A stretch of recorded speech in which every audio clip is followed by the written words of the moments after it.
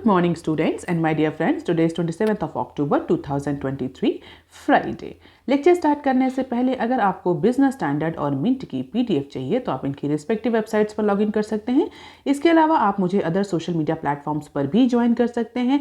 मेरा एक Telegram channel भी है जिस पर आपको डेली इकोनॉमिक टाइम्स, मिंट और बिजनेस स्टैंडर्ड की न्यूज़ हेडलाइंस की सेपरेट नोटिफिकेशन भी मिल जाती है। इसके अलावा इसी टेलीग्राम चैनल पर डेली फाइनेंशियल एक्सप्रेस की फ्री पीडीएफ भी अपलोड होती है। तो बेसिकली इस चैनल पर आपको 4 बिजनेस स्टैंडर्ड या बिजनेस और इकोनॉमी रिलेटेड न्यूज़पेपर की इंफॉर्मेशन अवेलेबल होती है।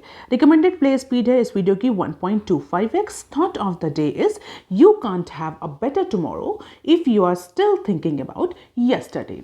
आज के मिंट पेपर की ये 7 इंपॉर्टेंट न्यूज़ हेडलाइंस हैं, बिजनेस स्टैंडर्ड की 15 इंपॉर्टेंट न्यूज़ हेडलाइंस हैं और आज के डिस्कशन में हम 9 न्यूज़ आर्टिकल्स कवर करेंगे। बहुत ज़्यादा इंपॉर्टेंट आर्टिकल्स आज पब्लिश नहीं हुए हैं। तो पहला आर्टिकल क्या है जो कि मिंट के पेज नंबर 1 पर दिया हुआ है, blood on street for 6th day in a row. पिछले लास्ट 3 एनालिसिस से हम कंटिन्यूअसली डिस्कस कर रहे हैं कि स्टॉक मार्केट में प्लंज देखने को मिल रहा है। कल के न्यूज़ में भी हमने कवर किया था, इससे पहले की जो दो न्यूज़ सेशंस थे उसमें भी हमने स्टॉक मार्केट प्लंज और स्टॉक मार्केट डिक्लाइन के बारे में डिस्कस किया था।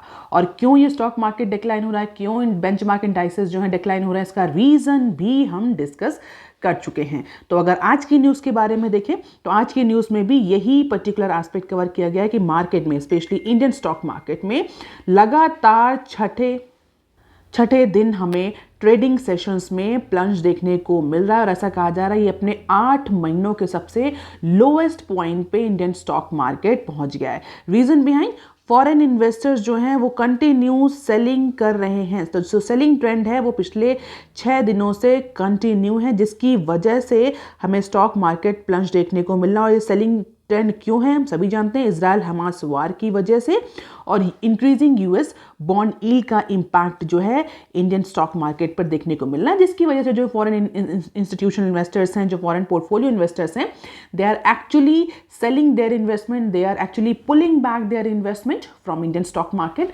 जिसकी वजह से इंडियन स्टॉक मार्केट में ये डिक्लाइन या ये प्लंज देखने को मिल रहा है। और अगर हम इंडिविजुअल इंडाइसेस की बात करें तो निफ्टी और सेंसेक्स दोनों ही अप्रॉक्सीमेटली 1.4% से क्रैक हुए ऑन थर्सडे सेशन और अपने जून के बाद से अपने लोवेस्ट पॉइंट पर उनका ट्रेडिंग हुई है। यानी जून का अगर हम ट्रेडिंग सेशंस के सारे ट्रेडिंग सेशंस को देखें तो कल जो ट्रेडिंग हुई वो सबसे लोवेस्ट रही।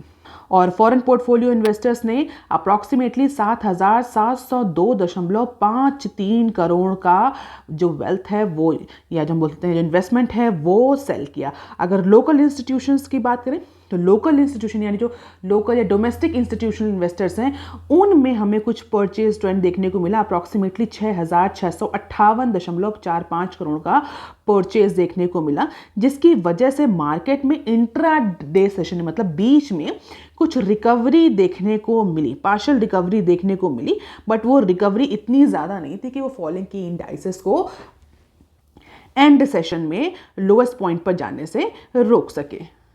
तो मार्केट एक्सपर्ट्स के अकॉर्डिंग जो इन्वेस्टमेंट स्ट्रैटेजी है that has shifted from buy on dips to sell on rise. जो मार्केट एक्सपर्ट, जो मार्केट एनालिस्ट हैं, उनका ये कहना है कि जनरली जो स्ट्रैटेजी रहती है इन्वेस्टमेंट की that is by on dips और उसका जो शिफ्ट है उसमें सेल ऑन राइज पर देखने को मिला।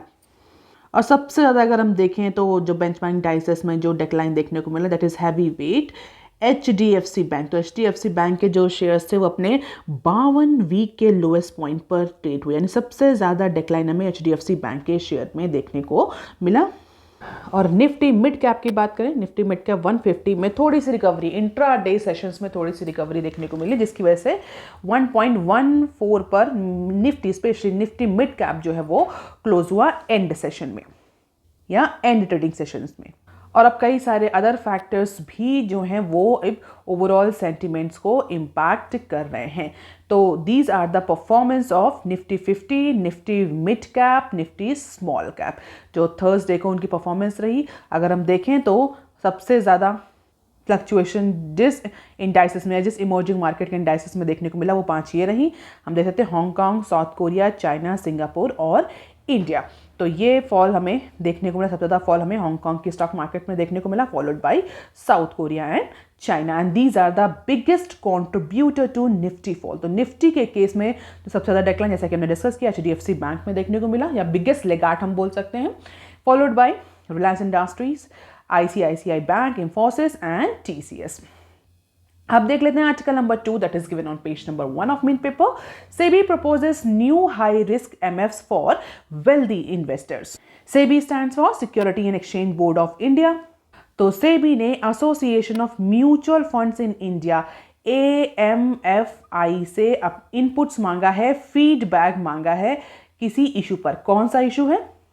सेबी ने न्यू म्यूचुअल फंड कैटेगरी जो है वो प्रपोज करी है, स्पेशली वेल्दी इन्वेस्टर्स के लिए, ऐसे इन्वेस्टर्स जिनके पास इन्वेस्टमेंट के लिए पैसा, मतलब रिटेल इन्वेस्टर्स की बात नहीं हो रही है, बड़े बड़े जो इन्वेस्टर्स होते हैं जो बड़ा बड़ा इन्वेस्टमेंट करते हैं, और ऐसे स्पेशली ऐसे इन्वेस्टर जिनकी रिस्क एपिटाइट बहुत हाई है, जो रिस्की वेंचर में इन्वेस्ट करना प्रेफर करते हैं because of the high return.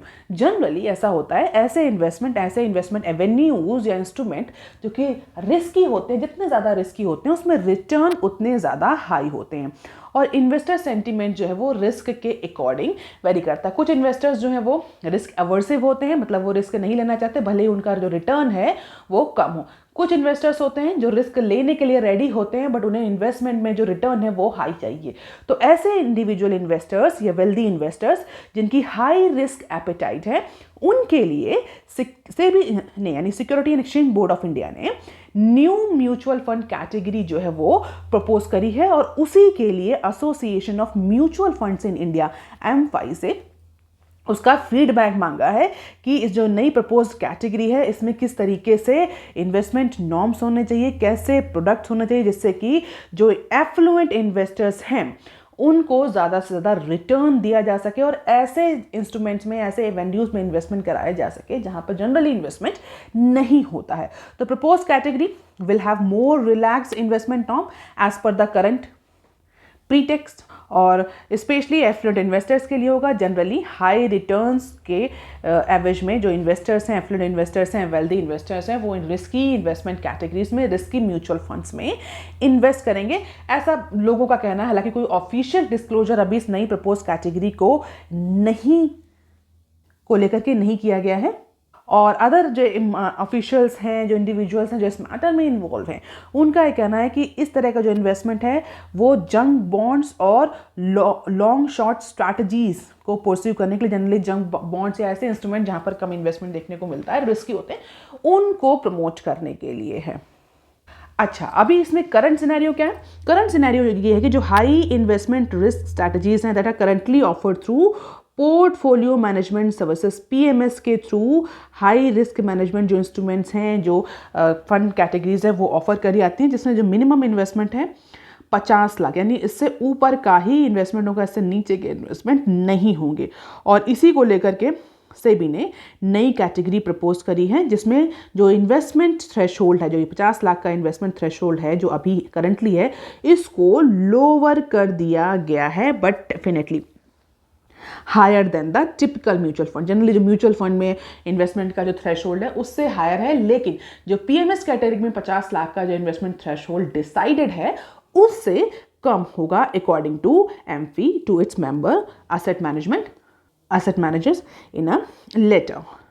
तो सेबी ने रिक्वेस्ट करी है कि रिलैक्सेशन से रिलेटेड, न्यू प्रपोज कैटेगरी से रिलेटेड, मिनिमम इन्वेस्टमेंट साइज से रिलेटेड और भी जो अदर अपने सजेशंस हैं, फीडबैक हैं, वो जल्द से जल्द association of mutual funds in India SEBI को दे, जिसके बाद सेबी इस पर्टिकुलर इन्वेस्टमेंट कैटेगरी को, म्यूचुअल फंड इन्वेस्टमेंट कैटेगरी को फाइनलाइज कर सके। अब देख लेते हैं next article, India's Vostok plans slow as US firm skip Russia. तो इंडिया का जो प्लान था, क्या प्लान था? मैसिव रोजनेफ्ट प्रोजेक्ट में इन्वेस्ट करना, जो वेस्टॉक में जो रोजनेफ्ट प्रोजेक्ट है उसमें इंडिया मैसिवली इन्वेस्ट करने जा रहा था, और उसी प्लान को लेकर के ये न्यूज़ ऐसा कहा जा रहा है कि इंडिया का जो प्लान था, इंडिया इस पर्टिकुलर रोजनेफ्ट प्रोजेक्ट में हैविली इन्वेस्ट करेगा। फिलहाल के लिए इंडिया का ये जो प्लान है ये स्टॉल हो सकता है या रुक सकता है for a certain period of time. Why? Because American consultant who conduct third party study and due diligence stay off the sanction hit Russian federation. तो नवंबर 2021 में मिंट ने रिपोर्ट किया था कि इंडियन कंपनीज जो इंडियन स्टेट रन फर्म्स हैं कौन कौन सी, ओएनजीसी विदेश, ऑयल इंडिया कॉरपोरेशन और ऑयल इंडिया लिमिटेड, ये बेसिकली कंसोर्शियम बना करके इन्होंने टेक्निकल जो इवैल्यूएशन है किसके लिए, जो वॉस्टॉक प्रोजेक्ट्स हैं उनके लिए बेसिकली हम कह सकते हैं टेक्निकल बिडिंग है उसके लिए कॉम्पीट किया है और उसमें पार्टिसिपेट किया है। और ऐसा कहा जा रहा था कि टेक्निकल बिड में भी उनको कंप्लीशन मिल गया था, बेसिक बोल सकते हैं अप्रूवल मिल गया। तो 52 लाइसेंस एरिया जो थे वो इस पर्टिकुलर प्रोजेक्ट में अनाउंस किए गए थे, जिसमें 30 में जो इंडियन कंसोर्शियम, जो इंडियन स्टेट रन फर्म्स का कंसोर्शियम है, उसने टेक्निकल इवैल्यूएशन को कंप्लीट कर लिया था। और इसी के बाद India was looking forward to invest in Russian liquefied natural gas LNG project, जो कि वॉस्टॉक प्रोजेक्ट के नाम से भी इसको हम जानते हैं। और नोवाटेक में स्टेक परचेस करके इस पर्टिकुलर प्रोजेक्ट में इंडियन एंटिटीज जो थी वो इन्वेस्टमेंट करना चाह रही थी। The transaction hold importance for India, क्योंकि इंडिया है जो है वो थर्ड लार्जेस्ट ऑयल बायर है। तो एलएनजी में इन्वेस्टमेंट करना, स्पेशली ऐसे ब्लॉक्स में, ऐसे लाइसेंस एरिया में जहाँ पर ह्यूज अवेलेबिलिटी है इस नेचुरल गैस की, एलएनजी की, तो उस केस में इंडिया के लिए बहुत सिग्निफिकेंट स्टेप था। और कहा जा रहा था कि इंडिया की जो मल्टी प्रोंग्ड एनर्जी पार्टनरशिप है उसके केस में ये बहुत बूस्ट का काम करता है। ये पार्टनरशिप जो थी, जो इंडियन स्टेट रन फर्म्स जो वॉस्टॉक प्रोजेक्ट में इन्वेस्ट कर रही थी, इससे इंडिया और रशिया की जो एनर्जी पार्टनरशिप थी वो इम्प्रूव होती है। अगर इसकी कैपेसिटी की बात करें तो कहा जा रहा था इसमें 6 बिलियन टन का क्रूड ऑयल है और ऐसा एक्सपेक्टेड किया जा रहा है कि 100 मिलियन टन्स का प्रोडक्शन 2030 से स्टार्ट हो जाएगा। और अभी तक ये largest green field oil and gas project है वर्ल्ड में, जिसमें 52 लाइसेंस एरिया हैं, जिसमें से 30 में इंडिया ने कॉम्पीट किया था। इस 52 लाइसेंस एरिया में 13 ऑयल एंड गैस फील्ड्स हैं, जिसमें बड़े बड़े जो गैस फील्ड्स हैं रशिया में उनके नाम है। और इंडियन साइट्स जो था, जो इंडियन स्टेट रन फर्म्स थी, वो बहुत कीनली इंटरेस्टेड थी इस प्रोजेक्ट में इन्वेस्ट करने के लिए। लेकिन फिलहाल के लिए अमेरिकन कंसल्टेंट जो हैं, जिन्होंने थर्ड पार्टी स्टडी करी है, ड्यू डिलिजेंस है, वो फिलहाल के लिए रशियन फेडरेशन में किसी भी तरह के इन्वेस्टमेंट से स्टे ऑफ हो रहा है। तो लेट अस सी कि अब इंडिया कौन से कंसल्टेंट को हायर करता है। अगर देखें मैक्सिमम कंसल्टेंट इस फील्ड में यूएस बेस्ड हैं, जैसा कि हमने डिस्कस किया मैक्सिमम कंसल्टेंट यूएस बेस्ड है। और यूएस बेस्ड कंसल्टेंट फिलहाल के लिए किसी भी रशियन प्रोजेक्ट में कंसल्ट नहीं करना चाह रहे हो, किसी भी रशियन प्रोजेक्ट में अपना हाथ नहीं डालना चाह रहे। क्यों नहीं डालना चाह रहे, हम सभी को पता है, यूएस ने कई सारे सैंक्शन लगाए हैं रशिया पर। तो उसको लेकर के इंडिया में अब जो टेक्निकल प्रॉब्लम्स आ रही हैं, तो इंडियन साइड का कहना है कि probably they are searching for another third party. लेकिन फिलहाल के लिए जो करंट सिचुएशन है वो यही है कि जो मैक्सिमम कंसल्टेंट हैं दे आर यूएस बेस्ड। और बिना कंसल्टेंसी के, बिना एनालिसिस के, बिना इवैल्यूएशन के कैसे इंडियन स्टेट रन फर्म्स का कंसोर्शियम इसमें इन्वेस्ट करेगा, that is very big question. और इसी को लेकर कहा जा रहा है कि फिलहाल के लिए जो प्रोजेक्ट है ये हॉल्ट हो सकता है, ये इन्वेस्टमेंट जो है वो हॉल्ट हो सकता है। आप देख लेते हैं बिजनेस स्टैंडर्ड के आर्टिकल, पहला आर्टिकल जो कि पेज नंबर 4 पर दिया हुआ है, IT consulting firms lead NPS adoption in private space. कल की न्यूज़ में हमने एनपीएस अडॉप्शन को लेकर के न्यूज़ डिस्कस करी थी, जहाँ पर हमने बोला था कि अगस्त के मंथ में जो एनपीएस अडॉप्शन है वो सिग्निफिकेंटली इंप्रूव हुआ है, अपने 5 महीनों के सबसे हाईएस्ट पॉइंट पर पहुंच गया है। उसी न्यूज़ का एक्सटेंशन है। अगर कल की न्यूज़ आपने नहीं सुनी है तो आप जाकर के उस न्यूज़ को सुन सकते हैं। उसी न्यूज़ के एक्सटेंशन में हम आज की न्यूज़ कवर करेंगे। तो basically national pension system NPS में का जो अडॉप्शन प्राइवेट सेक्टर में इंक्रीज हुआ है उसको लेकर के ये न्यूज़ है। As per the data available until September 2023 from Pension Fund Regulatory and Development Authority PFRDA, जिसको बिजनेस स्टैंडर्ड ने एसेस किया है और एनालाइज किया है। तो उस एनालिसिस के अकॉर्डिंग, ये बिजनेस स्टैंडर्ड की एनालिसिस है, कोई ऑफिशियल एनालिसिस नहीं है, पीएफआरडीए की एनालिसिस नहीं, उसका सिर्फ डेटा अवेलेबल था। बिजनेस स्टैंडर्ड ने इसको एनालाइज किया और इसके अकॉर्डिंग जो आईटी कंपनीज हैं, जो आईटी सेक्टर की कंपनीज हैं, यानी आईटी और आईटी इनेबल जो कंसल्टेंसी फर्म्स हैं, उनमें सबसे ज़्यादा हमें एनपीएस का अडॉप्शन देखने को मिला है under the corporate model of the scheme. तो एनपीएस में जो रिसेंट अडॉप्शन इंक्रीज हुआ है, जो पेनिट्रेशन एनपीएस का इंक्रीज हुआ है, उसमें सबसे ज़्यादा अडॉप्शन आईटी सेक्टर से देखने को मिल रहा है।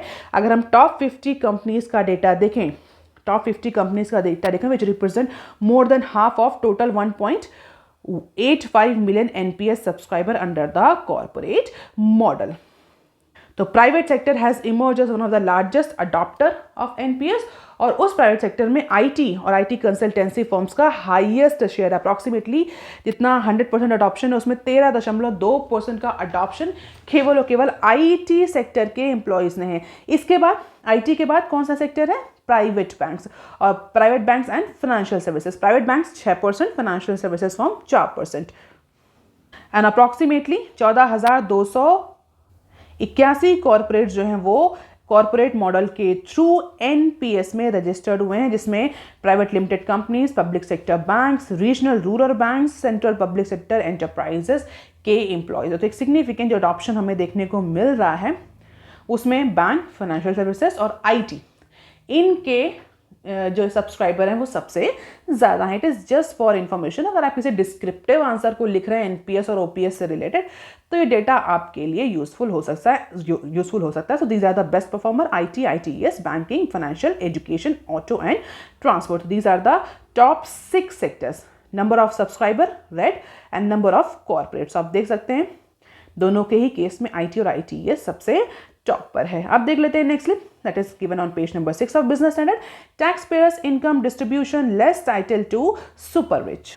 तो central board of direct taxes का डेटा है जिसको बिजनेस स्टैंडर्ड ने एनालाइज किया है फ्रॉम फाइनेंशियल ईयर 13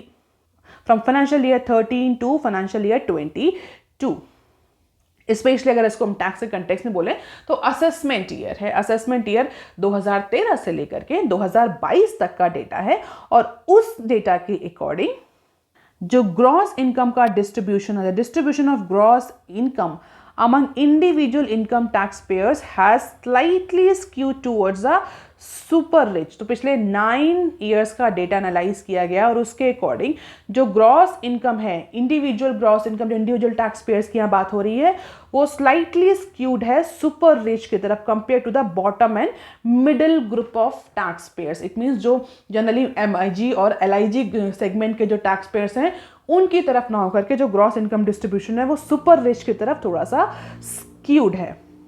मीन्स जो ग्रॉस टोटल इनकम है top 1% of individual tax pairs, जिसको हम सुपर रिच की कैटेगरी में डालते हैं, जो टॉप जो सबसे ज़्यादा टैक्स पे करते हैं बेसिकली, तो ऐसे top 1% of individual tax payers as a proportion of total income of all individual tax payers has decrease from 15% from these in these 9 years. जबकि अगर हम मिडिल सेगमेंट की बात करें या बॉटम जो टैक्स पेयर्स हैं उनकी बात करें तो उनका प्रोपोर्शनेट कंट्रीब्यूशन ग्रॉस इनकम में इंक्रीज हुआ है। बॉटम 25% और जो मिडिल हैं वो 75% कंट्रीब्यूट करते हैं टोटल इंक्रीज्ड ग्रॉस इनकम में। हालांकि अगर हम ओवरऑल देखें यानी टॉप, मिडिल और लोअर सेगमेंट के सभी टैक्स पेयर्स की ग्रॉस इनकम देखें तो उसमें 56% का इंक्रीज देखने को मिल रहा है, लेकिन जो टॉप 1 है, जो सुपर रिच हैं, उनकी ग्रॉस इनकम डिक्रीज हुई है in comparison to lower and middle segment. उनका कंट्रीब्यूशन जो है टोटल ग्रॉस इनकम में वो रिड्यूस हुआ है, जबकि ऐसा डेटा जो अदर डेटा है वो उस पर्टिकुलर डेटा से ये जो डेटा ये मैच नहीं कर रहा। तो जो एवरेज ग्रॉस टोटल इनकम में इंक्रीज है, जो टॉप 1% टैक्स पेयर्स है, जो सबसे ज़्यादा टैक्स पे करते हैं इंडिया में, उनमें 42% का इंक्रीज देखने को मिल रहा है, जबकि बॉटम जो है वो 25% और जो बॉटम 25% हैं उनमें 58% का इंक्रीज देखने को मिला। जो एवरेज ग्रॉस टोटल इनकम में इंक्रीज है, जो टॉप 1% है उनमें केवल 42% का इंक्रीज है, जबकि जो लोअर 25% है उनमें हमें 58% का इंक्रीज उनकी एवरेज ग्रॉस टोटल इनकम में देखने को मिल रहा है as per the recently release data by central board of direct taxes. तो सीधी भाषा में कि जो सुपर रिच हैं, जो सबसे ज़्यादा टैक्स पे करते हैं, उनकी ग्रॉस इनकम में इंक्रीज जो है वो उतना नहीं हुआ है जितना बॉटम और मिडिल सेगमेंट के जो टैक्स पेयर्स हैं उनमें देखने को मिल रहा है। अब देख लेते हैं article number 6 that is given on page number 6 of Business Standard. RBI allows premature deposit withdrawal up to ₹1 crore. तो रिजर्व बैंक ऑफ इंडिया ने नॉन कॉलेबल डिपॉजिट्स के लिए कुछ नॉर्म्स चेंज किए हैं, और उन नॉर्म्स में जो सबसे इंपॉर्टेंट नॉर्म है जहां पर रिजर्व बैंक ऑफ इंडिया ने जो थ्रेशोल्ड लिमिट है वो इंक्रीज कर दी है फॉर नॉन कॉलेबल डिपॉजिट, उसको 15 लाख से इंक्रीज करके 1 करोड़ कर दिया। तो Reserve Bank of India has increase the threshold limit for non callable deposit to 1 crore, जो कि करंटली 15 लाख है। और ऐसा कहा जा रहा है कि आरबीआई के इस मूव से जो डिपॉजिटर्स हैं, नॉन कॉलेबल डिपॉजिटर्स हैं, उनको ज़्यादा फ्लेक्सिबिलिटी मिलेगी अपने अकाउंट्स को ऑपरेट करने में। और ये जो नया नॉर्म है, ये जितने भी कॉमर्शियल और कॉर्पोरेटिव बैंक्स हैं उन पर इमीडिएट इफेक्ट से एप्लीकेबल होगा। तो अब यहाँ पर जो नया टर्म यूज हुआ, that is non callable deposits, ये क्या होते हैं? तो बेसिकली एक तरह के फिक्स डिपॉजिट्स होते हैं that are not callable and have a lock in term, मतलब उनका लॉक इन पीरियड होता है। और these non-callable deposits prevent customer from withdrawing their money mid-term if interest rate rise। तो कुछ circumstances के अलावा, जैसे कि bankruptcy, order by court, business winding up, death cases, इन सब केसेस में जो डिपॉजिटर है वो तो पैसा निकाल सकता है इस नॉन कॉलेबल डिपॉजिट से, लेकिन generally the cash invested in this deposit can not be taken before the maturity date. And in addition when compared with this callable deposits, एक तो नॉन कॉलेबल डिपॉजिट्स हो गए, एक कॉलेबल डिपॉजिट्स हो गए। तो अगर कॉलेबल डिपॉजिट्स की बात करें तो minimum amount to be deposited will be relatively low because funds are locked in the duration of maturity period and they pay a higher rate of interest in comparison to callable deposits. So in a simple language, the amount that investors or depositors have invested in these products can't be withdrawn prior to the date of maturity with the exception in certain cases, जो कि exception हमने discuss किए, bankruptcy, order by court and certain other things। और generally इनमें जो investment amount होता है वो कॉलेबल डिपॉजिट से ज़्यादा होता है, जो मिनिमम इन्वेस्टमेंट अमाउंट होता है, and they have the higher premium rate of interest since the funds are blocked for a certain period of time till the maturity period. तो इनमें जो इंटरेस्ट रेट होता है वो ज़्यादा मिलता है in comparison to callable fixed deposits. तो इनके अपने एडवांटेज होते हैं नॉन कॉलेबल्स के। अगर हम बात करें तो definitely they are more rewarding, the stable source of funding for banks, और इंडिविजुअल के लिए भी, क्योंकि ये बहुत ज़्यादा अनसर्टेनिटी में ही आप इस पैसे को निकाल सकते हैं, अदरवाइज नहीं निकाल सकते। And these non callable fixed deposits allow the banks to have well established and thriving asset liability management system. तो बैंक्स के लिए भी अच्छे होते हैं और इंडिविजुअल जो डिपॉजिटर्स होते हैं उनके लिए भी ऐसा कहा जाता है कि उनको भी हाई रेट ऑफ रिटर्न मिलता है। तो उसी में जो विड्रॉल अमाउंट था वो अभी तक 15 लाख का था, अब उसको इंक्रीज करके आरबीआई ने 1 करोड़ कर दिया है। This mean all the domestic term deposits accepted from individual for amount of 1 crore and below will have the pre mature withdrawal facility, जो कि जनरली नॉन कॉलेबल डिपॉजिट का फीचर नहीं है। तो अब थोड़ा जो नॉन कॉलेबल फिक्स डिपॉजिट्स हैं उनको थोड़ा सा फ्लेक्सिबल बना दिया है रिजर्व बैंक ऑफ इंडिया ने। और ये जो नया फीचर, जो नया नॉर्म है, ये non resident external rupee deposits, ordinary non resident deposits, इन दोनों ही केसेस में एप्लीकेबल होगा। और बैंक्स को अलाउ है कि वो डिफरेंशियल इंटरेस्ट रेट ऑफर कर सकते हैं on these non callable fix deposit based on the feature of non callability, मतलब कितना मेच्योरिटी पीरियड है उसके अकॉर्डिंग बैंक्स को फ्लेक्सिबिलिटी है कि वो अपने अकॉर्डिंग इंटरेस्ट रेट या जो ऑफर है वो दे सकते हैं डिपॉजिटर को, क्योंकि बैंक्स के लिए ये नॉन कॉलेबल डिपॉजिट जो होते हैं ये एक अच्छा स्टेबल सोर्स ऑफ फंड होते हैं। अब देख लेते हैं next short article, market log worst day in 7 months on FPI sell-off, that news we have already covered in Mint। बस यहाँ पर थोड़ा सा टेबुलर फॉर्म में इन्फॉर्मेशन दी हुई, you can just have the glimpse of it. अब देख लेते हैं next clip. Ola electric in giga drive ₹3,200 crore to fund its EV business. तो ओला इलेक्ट्रिक ने अनाउंस किया है कि वो अप्रॉक्सीमेटली 3,200 करोड़ की का फंड रेज करने जा रहा है as a part of its equity and debt round. And this funding was obtained from Temasek-led Marquee Investors and project debt from State Bank of India। तो ये 2-3 जो इन्वेस्टमेंट इंस्टीट्यूशंस हैं या बैंक्स हैं, ये इस पर्टिकुलर फंडिंग राउंड में investment करेंगे। और ऐसा कहा जा रहा है कि इस फंड्स को आईपीओ लाने के लिए यूज़ किया जाएगा। तो बेसिकली इंटरिम इवेंट और आईपीओ के लिए, आईपीओ के रास्ते को और क्लियर करने के लिए ये जो ओला इलेक्ट्रिक है ये फंड यूज़ करेगा। अब देख लेते हैं next, PNB profit zooms 327% to ₹1,756 crore. तो public sector lender Punjab national Bank का जो नेट प्रॉफिट है जुलाई से लेकर के सितंबर क्वार्टर का, यानी Q2 ऑफ फाइनेंशियल ईयर 24 का, वो 327% से इंक्रीज हुआ है year on year basis. Approximately 1756 crore का प्रॉफिट इस क्वार्टर में पंजाब नेशनल बैंक ने रजिस्टर किया है। Reason substantial increase in its in net interest income NII और डिक्लाइन इन क्रेडिट लॉस। जो क्रेडिट लॉस है, जो लोन लॉस है, जो NPA लॉस है, उसमें डिक्लाइन हुआ और इसके साथ ही जो नेट इंटरेस्ट इनकम है वो इंक्रीज हुई है। इन दो कंपोनेंट की वजह से PNB का जो प्रॉफिट है इस पर्टिकुलर क्वार्टर में सब्सटैंशियली इंक्रीज किया है। 327% का इंक्रीज रजिस्टर किया है। हालांकि यही सेम ट्रेंड हमें अदर बैंक्स में भी देखने को मिला। अगर इंडियन बैंक की बात करें तो उसने भी 61% का प्रॉफिट में जंप किया है। So that is all for today students. Please like share and subscribe. Thank you. Have a nice day.